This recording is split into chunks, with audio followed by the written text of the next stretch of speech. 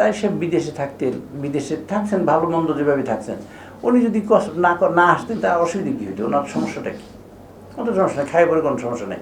উনি একটা চেয়ার দেখাইছেন, যে চেয়ারটায় বসছেন, যে মাননীয় speaker, this chair is very very very very কী বলে ভেরি হট চেয়ার।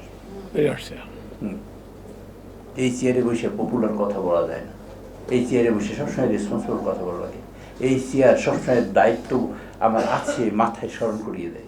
এই চেয়ার এই দেশের 12 কোটি 18 কোটি 20 কোটি মানুষের দায়িত্বটা কাঁধে বসিয়ে দিয়েছে এই চেয়ারটা।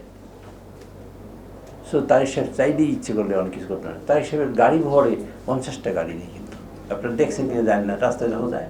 তাই সাহেবের কিন্তু সামনে 8টা মোটরসাইকেল থাকার কথা, পিছনে মোটরসাইকেল 16টা মোটরসাইকেল থাকা, কয়টা মোটরসাইকেল থেকে আপনার দেখি। এই যে 5টা টাকাও যদি সেভ করে থাকে, এই যে 5 টাকা তো আপনার জন্য সেভ করেছে। তাই সাহেব পৃথিবীতে থাকবেন না, উনি লাস্ট ব্যক্তি না, আমিও লাস্ট ব্যক্তি না, আপনার কেউ লাস্ট ব্যক্তি না, একটা সময় চলে যাবো। কিন্তু একটা লোক চেষ্টা করেছিলেন, এইটুকু আপনার স্মরণ রাখি, এইটুকু আপনার ওনার সদিচ্ছার প্রতি। আপনারা দেখবেন আল্লাহ রাব্বুল আলামিন কিয়ামতের মাঠে, শুনেছি আমি নিজে পড়ি দিই, সকল মানুষ মরে যাওয়ার পরে সবার কঙ্কাল হয়।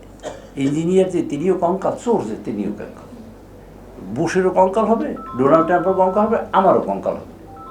তারপরে আল্লাহ রাব্বুল আলামিন বিচার করবেন তার দেখে, তার আকিদে দেখে তিনি কি করেছিলেন, কি করে আসছেন, আল্লাহ কি করেছেন। যে একটা আয়াত আছে এরকম, যে কী নিয়ে আসছেন আল্লাহ তা জানবেন, জানা আছে। একটা বই অশিক্ষিত শিক্ষিত সব মানুষের লেখে, সেটা আমলনামা, সবাই লিখবে, আপনি সেটা পড়বেন। আপনি আপনার হৃদয় দেখিয়ে আপনার আল্লাহ রাব্বুল আলামিন সিদ্ধান্ত নেবেন, আল্লাহ নিজে, যে আমি জেনেছি তাই বলছি আপনাদের কাছে, সঠিক বেঠিক জানি না, তবে এটাই আমি বিশ্বাস করি, I firmly believe on it.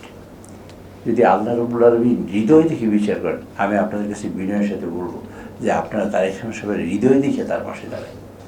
যদি দেখেন উনি আপনাদের দেশ ভালোবাসে না, দাঁড়ায়েন না। যদি উনি দেশকে ভালোবাসেন, আপনারা তার পাশে যাই।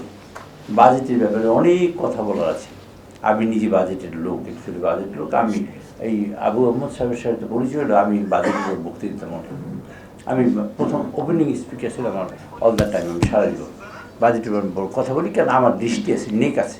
নেক আছে একটা মানুষের কষ্ট, দুঃখ বোধ, এটা তো আপনার হৃদয় দিয়ে অনুভব করতে হবে, এটা তো বাইরে থেকে বলা যাবে না।